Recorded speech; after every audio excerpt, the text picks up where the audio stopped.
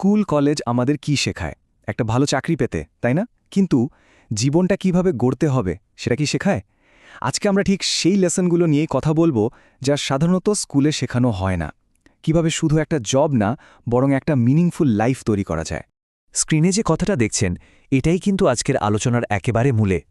মানে আসল গিফট হলো সেই জ্ঞান যা আমাদের ফ্রিডম বা স্বাধীনতা তৈরি করতে শেখায়। কারণ দেখুন, টাকা দিয়ে অপশান কেনা যায়, আর সেই অপশানগুলোই তো আমাদের জীবনটা গড়ে তোলে। তো প্রশ্ন হলো, এই স্বাধীনতাটা আসবে কিভাবে? চলুন সেই রাস্তাটাই আজ খুঁজে বের করা যাক।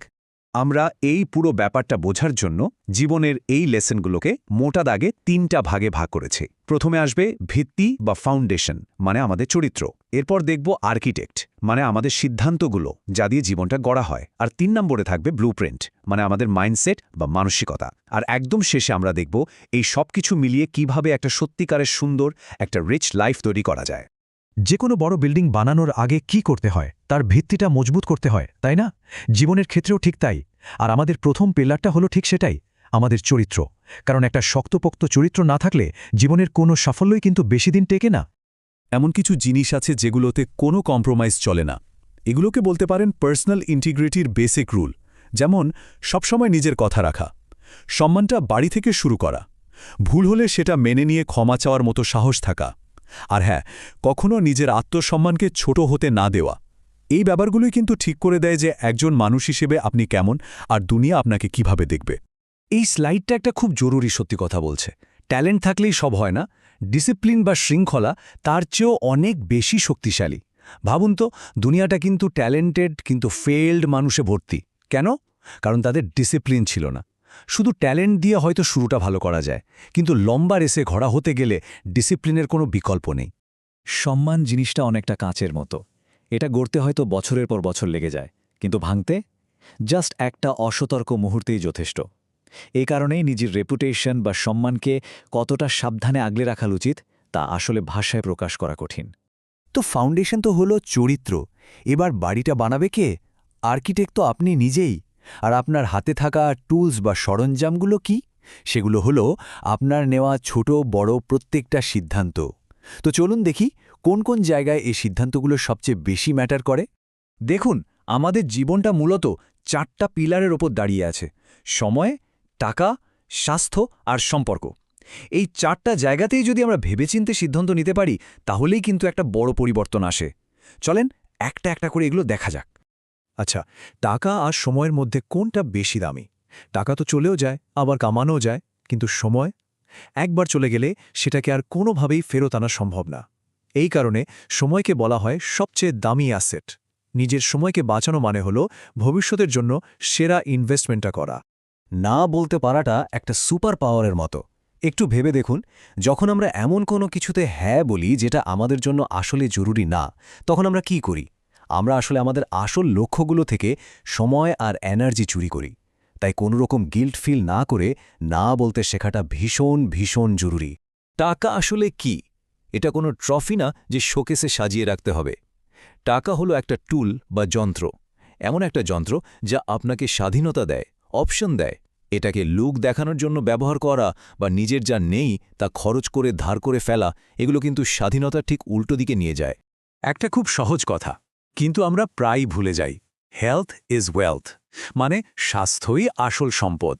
কারণ আপনার এনার্জি, ফোকাস, সামনে এগিয়ে যাওয়ার জেদ সবকিছুই আসে ভালো স্বাস্থ্য থেকে। শরীরটাই যদি ঠিক না থাকে, তাহলে দুনিয়ার আর কোনো কিছুই কিন্তু ঠিকভাবে উপভোগ করা যায় না। আপনি কাদের সাথে নিজের সময়টা কাটাচ্ছেন তার উপর আপনার ভবিষ্যৎ অনেকটাই নির্ভর করে। যারা আপনাকে মূল্য দেয় না বা আড়ালে আপনার সাথে কম্পিটিশন করে, তাদের থেকে দূরে থাকুন। এমন বন্ধু বা জীবনসঙ্গী খুঁজুন যারা আপনার জীবনে শান্তি আনে, টেনশন না। যারা আপনাকে আরও ভালো হওয়ার জন্য ইন্সপায়ার করে। তো আমাদের বিল্ডিংয়ের ফাউন্ডেশন মানে চরিত্র রেডি, টুলস মানে সিদ্ধান্ত হাতে আছে, কিন্তু বিল্ডিংটা দেখছে কেমন হবে সেটার জন্য তো একটা ব্লুপ্রিন্ট বা নকশা লাগবে, তাই না? জীবনের ক্ষেত্রে সেই ব্লুপ্রিন্টটাই হলো আমাদের মাইন্ডসেট বা মানসিকতা। এটাই ঠিক করে দেয় আমরা যে কোনো সমস্যাকে কিভাবে দেখব আর কিভাবে সেটার মোকাবেলা করব। আমরা ফেলিওর বা ব্যর্থতা শব্দটা শুনলেই কেমন যেন ভয় পেয়ে যাই, কিন্তু ব্যাপারটা যদি এভাবে দেখা যায়, ফেলিয়ার মানে শেষ না, ফেলিয়ার মানে ডেটা। এটা আপনাকে তথ্য দেয় যে কোনটা কাজ করেনি। সেই তথ্যটা নিন, নিজেকে একটু বদলান আর আবার চেষ্টা করুন। এটাই কিন্তু সামনে এগোনোর একমাত্র উপায়। আমরা সারাক্ষণ কি করি? অন্যের সাথে নিজের তুলনা। ওর গাড়িটা আমার চেয়ে ভালো, ওর চাকরিটা আমার চেয়ে ভালো। এই তুলনা করে ডিপ্রেশন ছাড়ার কিছুই পাওয়া যায় না। কারণ সবসময় আপনার চেয়ে বেটার কেউ না কেউ থাকবেই। আসল কম্পিটিশনটা হলো নিজের সাথে। গতকাল আমি যেমন ছিলাম, আজ কি তার চেয়ে এক চুল হলেও বেটার হতে পেরেছি? এটাই একমাত্র হেলদি কম্প্যারিজন। একটা কথা যত তাড়াতাড়ি মেনে নেওয়া যায় তত ভালো। Life is not fair. জীবন সবসময় ন্যায্য আচরণ করবে না। সবকিছু ঠিক হয়ে যাবে বা আমার সাথে এমন কেন হলো এসব ভেবে বসে থাকাটা কাজের কথা না।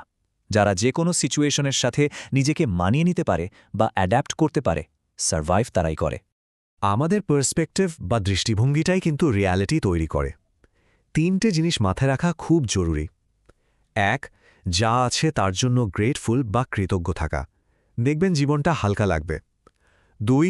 অন্যকে ক্ষমা করতে শিখুন, তবে নিজের শান্তির জন্য। কিন্তু সেই ঘটনা থেকে যে শিক্ষাটা পেলেন সেটা ভুলবেন না। আর 3. কখনো কারো স্ট্রাগলকে নিয়ে মজা করবেন না, কারণ আমরা কেউই জানি না কে কোন যুদ্ধের মধ্যে দিয়ে যাচ্ছে। তাহলে এই যে আমরা 3টা পিলার নিয়ে কথা বললাম, চরিত্র, সিদ্ধান্ত আর মানসিকতা, এই সবগুলো মিলে কি তৈরি হয়? তৈরি হয় একটা রিচ লাইফ, একটা সমৃদ্ধ জীবন। কিন্তু প্রশ্ন হলো, এই রিচ লাইফের আসল মানেটা কি? একটা জিনিস আমাদের বুঝতে হবে, বড় কোনো সাকসেস কিন্তু একদিনে বা হুট করে আসে না। এটা অনেকটা প্রতিদিন একটা করে ইট গেঁথে একটা দেয়াল তোলার মতো। আমাদের ভবিষ্যৎটাও ঠিক সেভাবেই তৈরি হয়, প্রতিদিনের ছোট ছোট ভালো অভ্যাস দিয়ে, কোনো একটা বড় ঘটনা দিয়ে নয়, বরং প্রতিদিনের ধারাবাহিকতা দিয়েই। তাহলে একদম শেষে এসে প্রশ্ন দাঁড়ায়, আসল সম্পদ বা সুখটা কি? এর উত্তরটা কিন্তু খুবই সিম্পল। যদি আপনার জীবনে এই 4টা জিনিস থাকে, ভালো স্বাস্থ্য, মনের শান্তি, ভালোবাসা আর বেঁচে থাকার একটা উদ্দেশ্য বা পারপাস, তাহলে বিশ্বাস করুন আপনি ইতোমধ্যে পৃথিবীর বেশিরভাগ মানুষের চেয়ে ধনী। এটাই হয়তো সাকসেসের আলটিমেট ডেফিনিশন। আমরা তো অনেকগুলো লেসন নিয়ে কথা বললাম। এখন আসল প্রশ্নটা হলো, এর মধ্যে কোনটা দিয়ে আপনি আপনার যাত্রাটা শুরু করবেন? একটু ভাবুন, কারণ মনে রাখবেন একটা ছোট পদক্ষেপই কিন্তু একটা অসাধারণ জার্নি শুরু হতে পারে।